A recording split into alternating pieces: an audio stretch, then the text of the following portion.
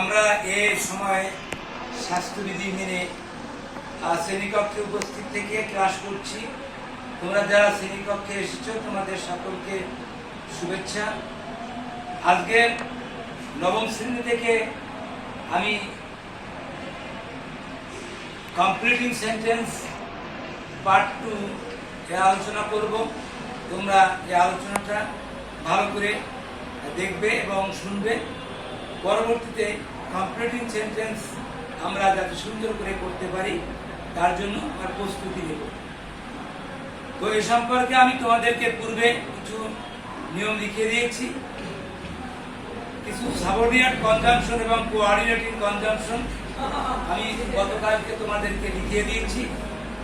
সেগুলো তোমরা অবশ্যই ফলো করবে এবং আমার এই ক্লাসটা তোমরা উপভোগ করবে।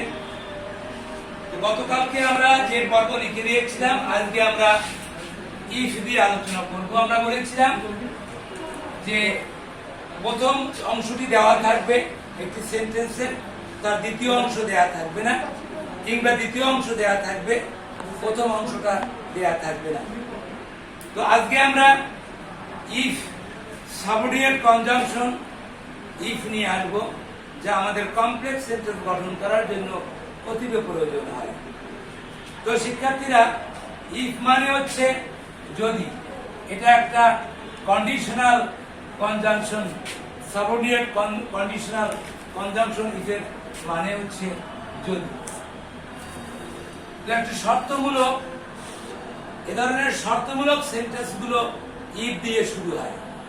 যেমন ইফ ইউ ওয়ার হার্ড, যদি তুমি কঠোর পরিশ্রম করো, তাহলে এখানে তুমি তোমার কল্পনায় বা এর পরবর্তী কি বাক্যটি হওয়া উচিত এটা তোমাকে চিন্তা করতে হবে।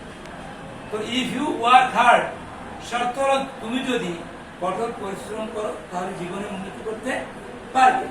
তাহলে আমরা এখানে লিখলাম you will shine in life. আবার এই উইলের এখানে তুমি কেন ব্যবহার করতে পারো, ইউ ক্যান, আবার তুমি এখানে মেয়ে ব্যবহার করতে পারো। তো if you work hard you will shine in life, you can shine in life, অথবা you may shine in life. সবকটার মানে একই রকম হবে এই প্রথম সেন্টেন্সের শর্ত অনুযায়ী। শিক্ষার্থীরা, এক্ষেত্রে আমরা একটা ব্যাপার লক্ষ্য করলাম যে ইফ যুক্ত ইফের পরে যদি তুমি সাবজেক্ট হিসাবে যে কোনো সাবজেক্ট গ্রহণ করতে পারো এবং পরবর্তী ভার্বের অন বা ভার্বের বেস ফর্ম দিবা, এরপরে অবজেক্ট আর এক্সটেনশনটা তুমি এখানে দেওয়ার পরে একটা কমা দাও।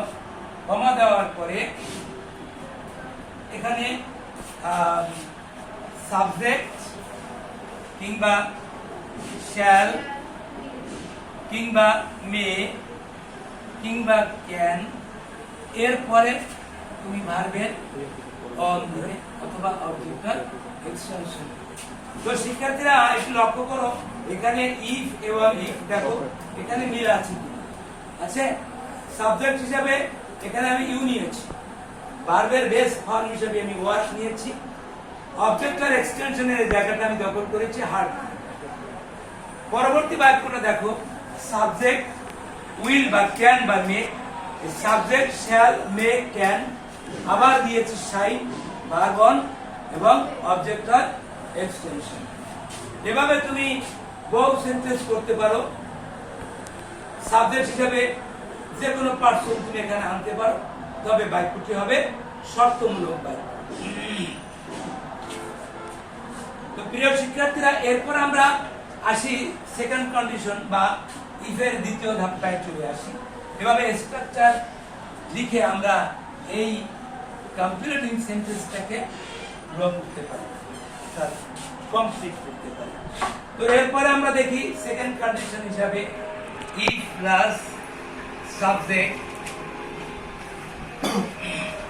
সাবজেক্ট তারপরে রয়েছে V2 অর্থাৎ ভার্বের পাস্ট ফর্ম রয়েছে, এরপর রয়েছে অবজেক্ট আর এক্সটেনশন।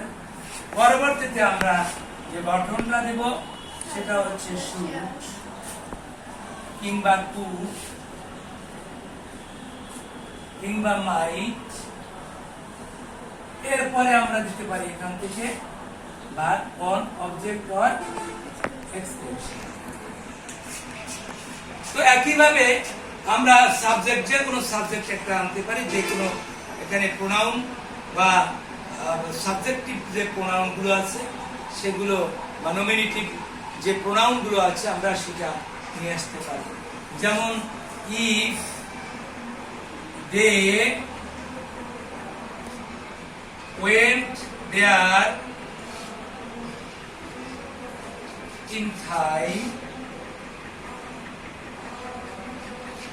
এর পরের বাক্যটা কি হবে তোমাকে এটা উপলব্ধি করতে হবে, তবে এই স্ট্রাকচারকে ফলো করে পরবর্তী বাক্যটা তুমি করবে।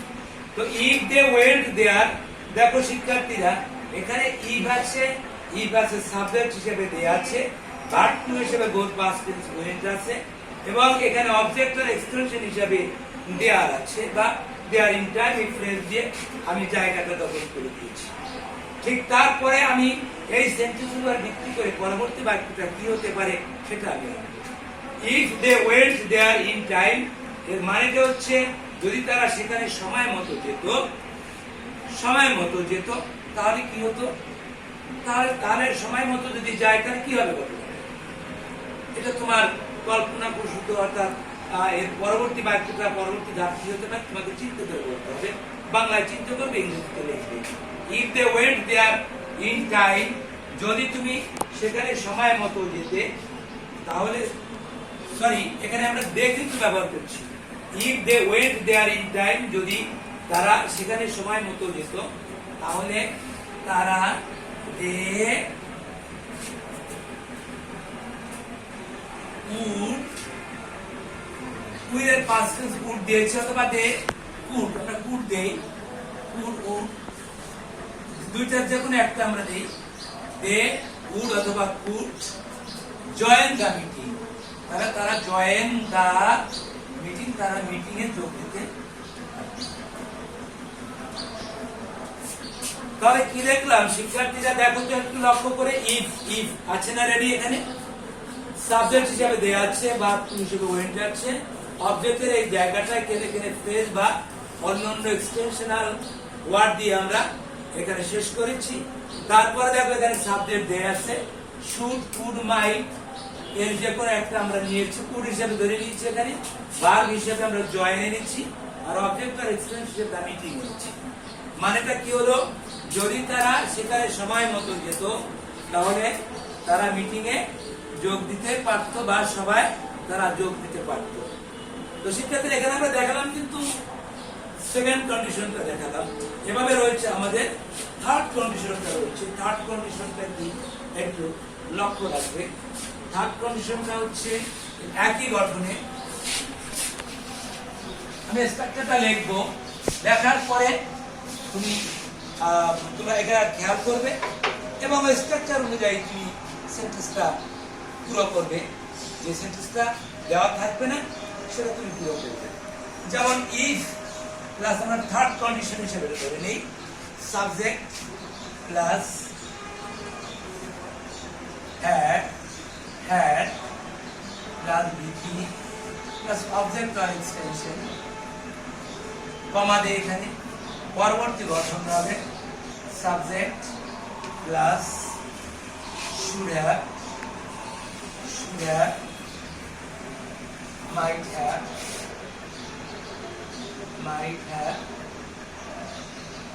would have public। এরপরে তুমি দিবে ভার্বের থার্ড ফর্ম অবজেক্ট আর এক্সটেনশন হিসেবে। তো শিক্ষার্থীরা লক্ষ্য করো, এখানে আমরা যে স্ট্রাকচারটা লিখেছি এটা হচ্ছে থার্ড কন্ডিশন, এটা ওই আগের মতোই অবস্থানটা। যেমন ইফ ইউ হ্যাড ওয়ার হার্ড, যদি তুমি কঠোর পরিশ্রম করিয়া থাকতে, তাহলে আমরা এই কাঠামো অনুযায়ী লিখি ইউ শুড হ্যাভ শাইন থেকে ভার্বের থ্রি শোন আসছে,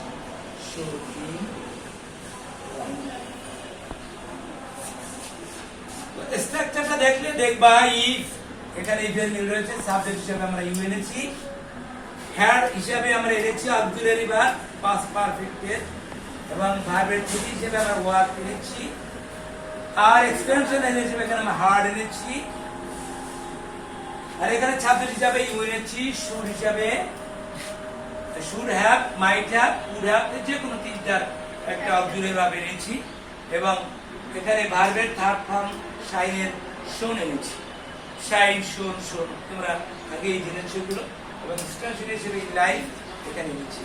তাহলে আমরা দেখলাম এখানে একটা অংশ দেয়া থাকবে আর একটা অংশ দেয়া থাকবে না, যে অংশ দেয়া থাকবে না সে অংশের নির্ধারিত স্ট্রাকচার রয়েছে, কাঠামো রয়েছে, ওই কাঠামো অনুযায়ী তোমাকে সেন্টেন্সটা পুরো করতে হবে, আর ঠিক সেটা যদি তুমি করতে পারো তাহলে এখানে তুমি সাকসেসফুল। তো শিক্ষার্থীরা আমরা দ্বিতীয় ধাপে চলে যাই, আরো একটা গঠন আমরা তোমাদেরকে দেখাতে পারি, মনোযোগ দিয়ে খেয়াল করবে এবং বাড়িতে বসে প্র্যাকটিস করবে। মনে রেখো, practice day after day you will gain. Without practicing nobody can succeed in his examination or any other situation in life. So practice, practice and practice. If you practice, you will do better in future. So এরপরে আমরা নিয়ে আসছি এখানে লিস্টের ব্যবহারটা নিয়ে আসছি। লিস্টের বাংলাটা কি? লিস্টের বাংলাটা হচ্ছে পাছে ভয় হয়, পাছে ভয় হয় কিংবা আশঙ্কা, নতুবা আমরা এটা দিতে পারি নতুবা। এই লিস্টের ব্যাপারটা আমরা এভাবে দিই, পাছে ভয় হয় তার মানে আশঙ্কা থেকে যায়। প্রথম সেন্টেন্সটা তুমি যাই দিবে না কেন, প্রথম সেন্টেন্সটা যদি তুমি এখানে গঠনটা আমরা এভাবে লিখে দিই, subject plus V2 plus object আর এক্সটেনশন, এখানে লিস্ট দেই, লিস্ট দেওয়ার পরে পরবর্তী গঠনটা হবে সাবজেক্ট প্লাস শুড, এখানে নির্ধারিত রয়েছে শুড এবং মাইট, মাইট, আর হচ্ছে ভার্বের অন প্লাস অবজেক্ট আর এক্সটেনশন। তো লক্ষ্য রাখো শিক্ষার্থীরা, এখানে সাবজেক্ট V2 অবজেক্ট অর্থাৎ ভার্ব টু, এখানে কিন্তু আরো একটা ব্যাপার দেওয়া যেতে পারে, ইম্পারেটিভ সেন্টেন্স। ইম্পারেটিভ সেন্টেন্স বিশেষ করে ইম্পারেটিভ সেন্টেন্সও দিতে পারি, যেমন ভার্ব দিয়ে শুরু, ভার্ব দিয়ে শুরু, শুরু এরকম একটা সেন্টেন্স আমরা করি, যেমন ওয়াক হাঁটো কুইকলি, কুইকলি হাঁটো, লিস্ট, এভাবে বাক্যটা রয়েছে। আর প্রথম বাক্যটা হচ্ছে the old man, the old man walk slowly, slowly,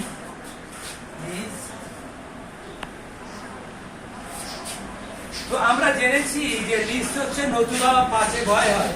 প্রথম বাক্যটা এমন ভাবে লেখা থাকবে যে পরবর্তী বাক্যটা যে দিতে হবে যেটা সেটা আশঙ্কামূলক। তো বৃদ্ধ লোকটি ধীরে ধীরে হাঁটলো, আচ্ছা ধীরে ধীরে যদি না হাঁটে তার কি ঘটবে, তার পড়ে যেতে পারে, একটা আশঙ্কা। সেই আশঙ্কামূলক বাক্যটা লিস্টের পরে তোমাকে দিতে হবে। আবার ওয়াক কুইকলি, দ্রুত হাঁটো, নতুবা বাসটা ধরতে পারবে না, ট্রেনটা ধরতে পারবে না, দ্রুত হাঁটো, নতুবা স্কুলে তুমি সময় মতো পৌঁছতে পারবে না, দ্রুত হাঁটো, নতুবা তুমি তোমার বন্ধুর সাথে হেঁটে পারবে না। এই ধরনের আশঙ্কামূলক বাক্য বা সেন্টেন্সটাই আমরা সাধারণত এই শূন্যস্থানটায় লিখে থাকি। তো প্রিয় শিক্ষার্থীরা, সেক্ষেত্রে আমরা এভাবেই দেখছি যে the old man walk slowly, বৃদ্ধ লোকটি ধীরে ধীরে হাঁটলো, নতুবা হি গঠন অনুযায়ী আমরা শুড দেব, হি শুড, ভার্বের অন দেব, he fall down, পড়ে যেতে পারে।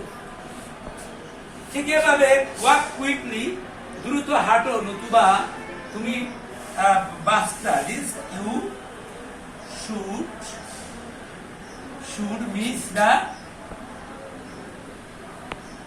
ট্রেন বা বাস, যেটাই দাও, ট্রেন অথবা বাস মিস করবা। দ্রুত হাঁটো, কারণ দ্রুত হাঁটার সাথে সম্পর্ক রয়েছে, কারণ টাইম যদি তুমি ফেল করো তাহলে বাস বা ট্রেন নাও ধরতে পারো।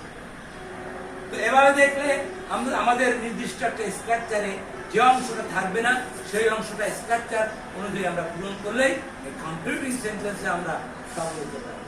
এক্ষেত্রে তোমার প্র্যাকটিসটাই এখানে আসল কাজ করবে। প্রিয় শিক্ষার্থীরা, এ পর্যন্ত আমরা রুটস অফ কমপ্লিটিং সেন্টেন্স থেকে পার্ট 2 আলোচনা করেছি। লিস্ট এবং ইফের ব্যবহারটা তোমাকে দেখিয়েছি। লিস্ট এবং ইফের এই কনজাংশন বা এই সাবঅর্ডিনেট কনজাংশন তুমি যেখানেই দেখবে সেখানে এই রুলটা ফলো করলে এখানে রুলস অফ কমপ্লিটিং সেন্টেন্সে তুমি সফল হবে। তো ছাত্রছাত্রীরা, আমরা এ পর্যন্ত শেষ করতে যাচ্ছি। তোমরা ভালো থাকো। Wear mask, don't go out without wearing mask. Everybody stay your home, stay well, stay with your parents and stay with your siblings. Thank you very much. Thank you all. Thank you.